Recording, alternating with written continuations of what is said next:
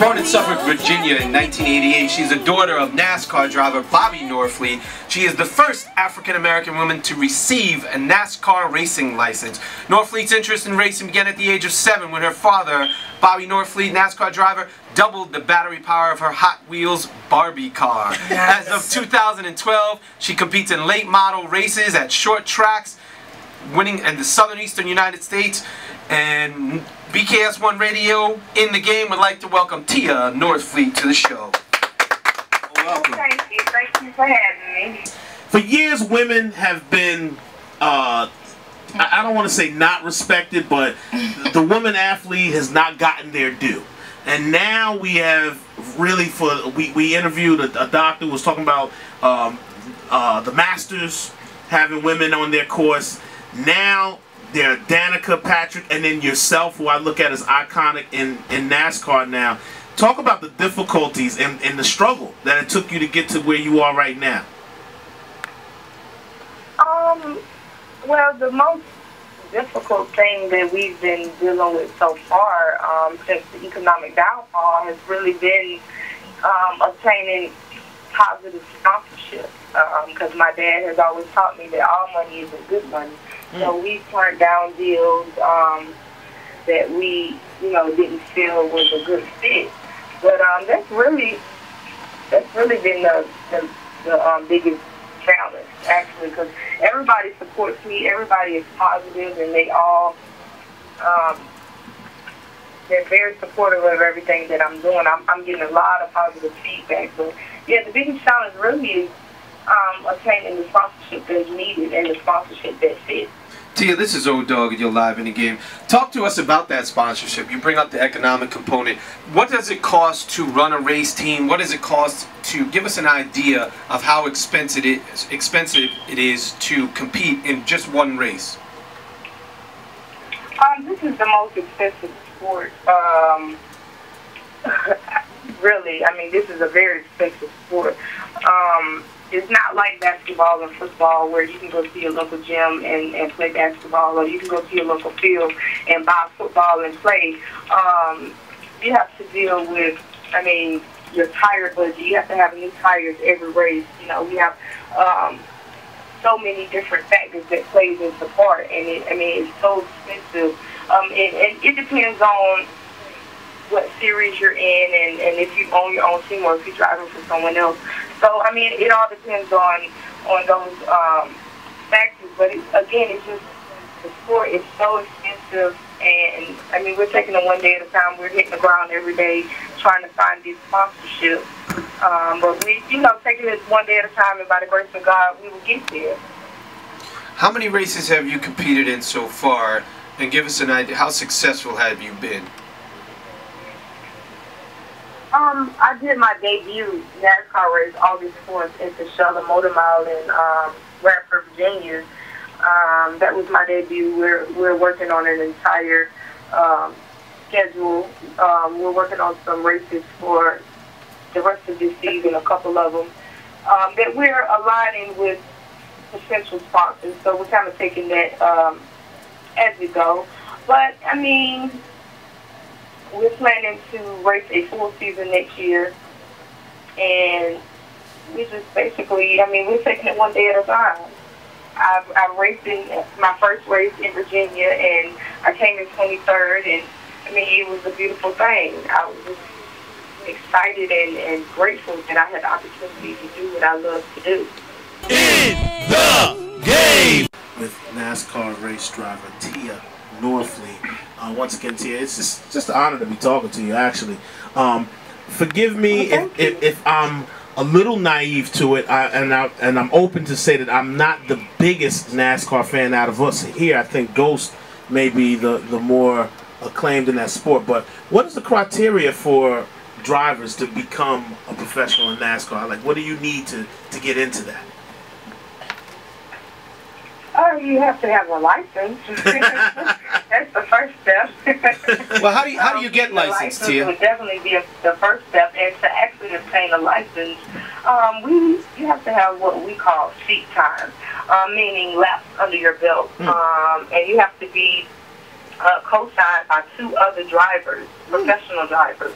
that are in the industry and in the sport. And NASCAR has their own committee just for licensing, and they have the ability to deny you or grant you a license after they review your performance and you meet the criteria that they have listed. And they have the ability to deny you or grant you a license. Now, I'm just curious, does that change per state, or once you have it, NASCAR covers it no matter what state they race in? It's not a state issued license. It's a NASCAR license, and NASCAR isn't only in one state. Okay. There are tracks all over, the United States, all up and down the East Coast. So it's not a state issued license like a regular driver's license. It is, once you have it, it's for any track that you are able to run on. If your license is for whatever series you're in, you can run on any track in that series. And it's just like any other sport. You start from the entry level and you just work your way up. Yeah, I think you had a confused chill with like a boxing license. Exactly, that's what I was. License in Nevada and Jersey. No, it's not like that. It covers all of NASCAR circuit. Okay. But since you brought up the series, you have people know about the Sprint series, Sprint Cup series. You got the NASCAR, the Nationwide series. What series do you run in? Me, I'm actually in the late model series, and also right now I'm running late model, and I'm also working on K&N, the K&N series, and hopefully next year we're looking to run a couple of ARCA races and a couple of nationwide, and we're just trying to reach the top. We're trying to do everything that God allows us to do. How does it feel to be the first African American woman in NASCAR and make history? To me, it's just, I'm around this all the time, and this is something that I love to do. I love to race just like any other driver. I just happen to be a black female.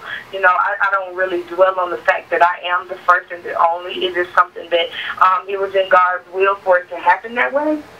But me personally, I really don't dwell on it as much as people would think. I really don't think about it. I mean, my main thing, my main goal is to race, What speeds do you get up to? What's the fastest speed you've gone in those late model races? I'm just curious. Almost 200. Wow. It really just depends on the track that you're on, because they're different tracks. You have your smaller tracks, like your half-a-mile tracks, your mile tracks, and work your way. And work your way on up like that. But it really just depends on the track that you're on. Now, what do you say to people who, a lot of people will look at racing and say it's not a sport? Give us an idea of the competitive aspect and how you would defend people who might say that NASCAR is not a sport. Because you hear a lot of people say, oh, it's just a bunch of people going fast and making left turns. A lot of critics, will say that. But tell us how you feel about it. I'm sorry that they feel that way, because that's not true. This is definitely a sport. You have to be physically fit to be in these cars. Mind you, the temperature that gets in these cars and in your uniform is like over 100 degrees, and you have to be physically fit. You have to be hydrated. You have to eat healthy and do healthy things, and also have a healthy mind to be in these cars. And it's definitely a sport. The competitive aspect, it's just like any other sport. You want to be competitive. You want to win. You want to be the best.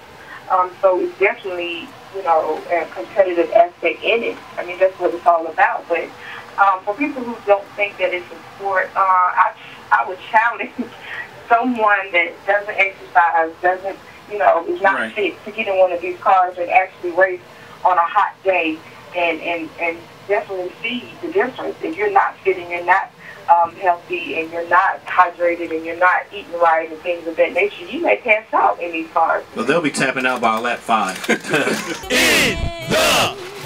This is Bobby, your dad. Oh, hey, welcome to the show, Mr. NORFLEET. Hi. Mr. NORFLEET. How are you, sir? How are you? Great. How are you? Oh, I'm very blessed. Anyone that thinks, would even think this is not a sport, on the average, I mean, I drove for a lot of years. On the average, Tia can lose as much as 10 pounds every race. Oh, wow. I need to get into that then. You know, I always say, when people say it's not a sport, I say get behind the wheel, do 150 miles an hour, and be maybe a couple inches off the person's bumper in front of you, and keep the car steady and see how much you save. I bet you they'll change their mind. In the game! Men and women, in my mind, should be able to race together. Why is it such a problem, or I shouldn't say a problem, but they make sure that they know that, wow, this is a woman racing here. Isn't it the vehicle that's being raced? What makes it different between a male and a woman? I mean, you kind of answered it yourself. It's the vehicle that's being raced. We're not actually getting out there. We're not run. It's not like we're running track or, you know, where your physical, you know, actually plays a major part in it. It's not like you're on the basketball on the basketball court running up and down the track where your physical actually plays the biggest part in it. You know, we're driving cars, and it's a skill that needs to be, you know, you're either born with it or you can learn it or however it may go. So yeah, it's the cars that's being raced, not actually our physical stuff. So in essence, it's more of the fans that make a big deal about the gender than the actual people that are involved in the races, correct? I would say so. That's correct. Yeah, I would say that. Interesting.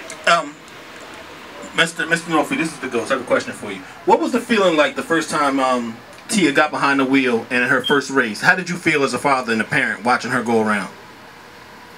Well, I mean, I knew years ago that, you know, she had the potential to do it, and when she first wanted to race, her mom didn't like it too well, but I knew she was going to do it, you know, and you know, I would let her drive the family car home from, you know, karate lessons and things like that, and I mean, I had more of a fear of letting her drive the family car than I do these cars. I mean, as long as I knew that she had the right safety equipment and she was with the right crew chief and everything else, I knew she had, you know, she had what it takes to, you know, to get this done. You know, because, you know, I've been in these cars. Just, you know, she's the second generation. I've been in these cars, so I know, you know, what's there and what to watch out for, and I mean, and she was going to do it anyway. So, you know, I mean, it was just, you know, you go with them.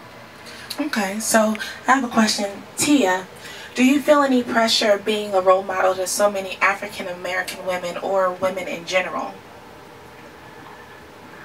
Pressure? No, I don't feel any pressure. Actually, I mean, I look at it as a blessing, you know. I look at it as a blessing because God has given me the opportunity to be a positive role model and possibly change someone's life, and possibly give someone inspiration and empowerment and motivation to do something that's out of the norm. You know, most people, they feel like if it's not what everybody else likes and it's not what everybody else is doing, they're afraid to do it. And I feel like God has blessed me with so many gifts and so many talents, and He didn't do that for me to keep it to myself. He gave me those gifts, and He's given me this opportunity to bless someone else. So I don't feel like it's a pressure at all. I feel like it's a blessing.